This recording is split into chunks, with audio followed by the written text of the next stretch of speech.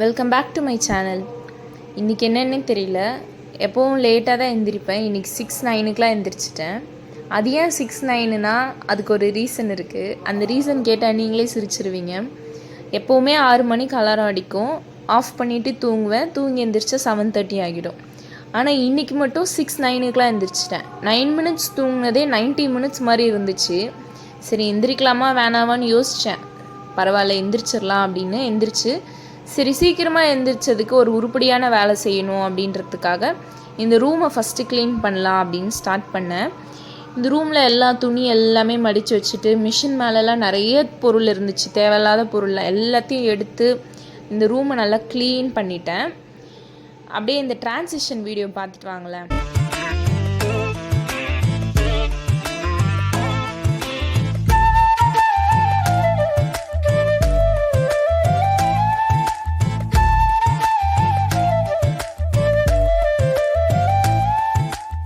எப்படி சூப்பராக க்ளீன் பண்ணிட்டேன்ல? என் ட்ரான்சிஷன் எப்படி இருந்துச்சுன்னு கமெண்ட்ஸில் சொல்லுங்கள்.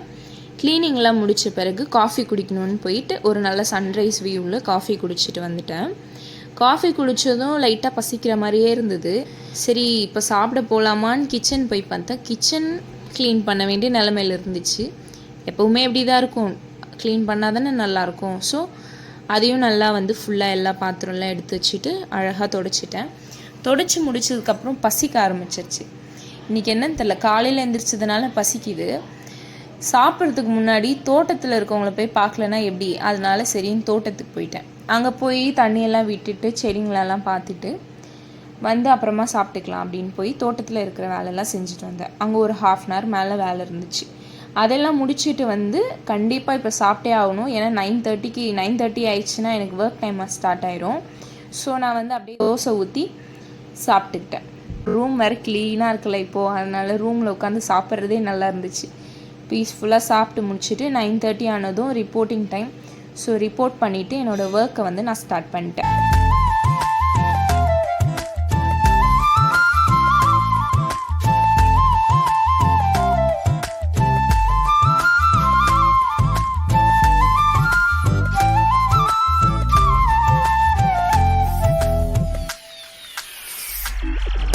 இப்போ ட்ரெண்டிங்காக இருக்க ஜாப்பனீஸ் ஜெல்லி காஃபி எல்லாருக்குமே தெரிஞ்சிருக்கும். எனக்கும் ட்ரை பண்ணணுன்னு ரொம்ப நாளாக ஆசையாக இருந்துச்சு. சரி இன்றைக்கி கண்டிப்பாக பண்ணிடலாம் அப்படின்னு ஆஃப்டர்நூனே நான் போயிட்டு அந்த ஜெல்லி செட் பண்ணி வச்சிடலாம், அப்போ தான் ஈவினிங் காஃபி குடிக்க முடியும்னு.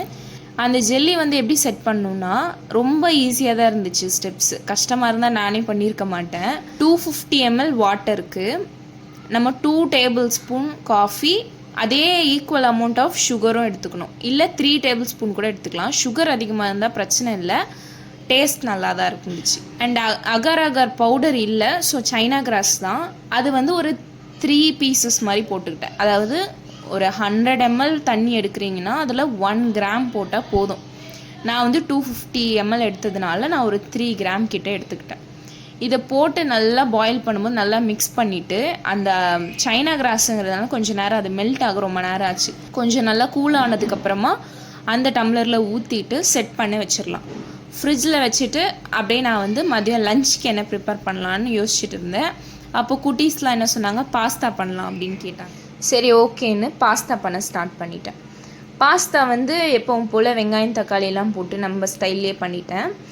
ஒரே ஒரு டைம் ஒயிட் சாஸ் பாஸ்தா நான் ட்ரை பண்ணி பார்த்தேன். பட் எனக்கு அது சுத்தமாக பிடிக்கல. அதோட டேஸ்ட் எனக்கு ஒரு மாதிரி அது நல்லாவே இல்லை. ஒருவேளை நான் செஞ்சது நல்லா இல்லை போல், மேபி அது டேஸ்ட்டு நல்லா இருந்திருக்கும். எனக்கு அது பிடிக்கல. அதனால் நான் அதிலேருந்து ஒயிட் சாஸ் பாஸ்தாலாம் ட்ரை பண்ணுறதே இல்லை. எப்போவுமே இந்த பாஸ்தா ரெசிபி தான், இதுவே நல்லா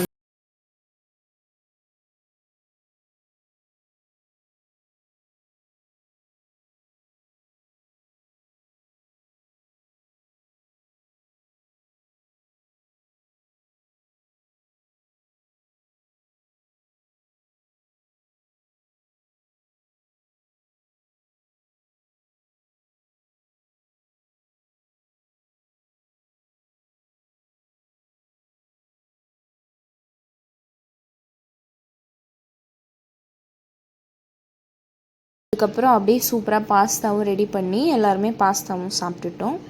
சாப்பிட்டு முடிச்சுட்டு நான் கொஞ்சம் நேரம் அப்படியே ரெஸ்ட் எடுத்து என்னோடய ஒர்க்லாம் முடித்து 5:30க்கு ஒர்க் ரிப்போர்ட் பண்ணணும். என்னோடய ஒர்க் எல்லாம் நான் ரிப்போர்ட் பண்ணி எல்லாம் அப்லோட் பண்ணி முடிச்சிட்டேன். முடித்ததுக்கப்புறமா நம்மளோட ஜெல்லி செட் ஆயிடுச்சா அப்படின்னு போய் பார்க்க போனேன். ஜெல்லி பார்த்தா ஓரளவுக்கு ஓகேவாக தான் இருந்துச்சு. இன்னும் கொஞ்சம் நேரம் வச்சுட்டு ஒரு 6 o'clock மாதிரி எடுத்து பார்த்தேன். சூப்பராக செட் ஆகிட்டு இருந்துச்சு. செட் ஆனதுக்கப்புறமா அதை எடுத்து நான் அப்படியே அதில் வந்து மில்கில் கண்டென்ஸ்டு மில்க் ஊற்றி பண்ணியிருந்தாங்க எல்லா ரெசிபீஸ்லேயும். பட் இங்கே வந்து கண்டென்ஸ்டு மில்க் எனக்கு கிடைக்கல. ஸோ நான் என்ன பண்ணேன்னா மில்கில் நார்மலாக சுகர் போட்டு நல்லா மிக்ஸ் பண்ணிவிட்டு கொஞ்சம் சுகர் கொஞ்சம் அதிகமாக போட்டுக்கிட்டேன்.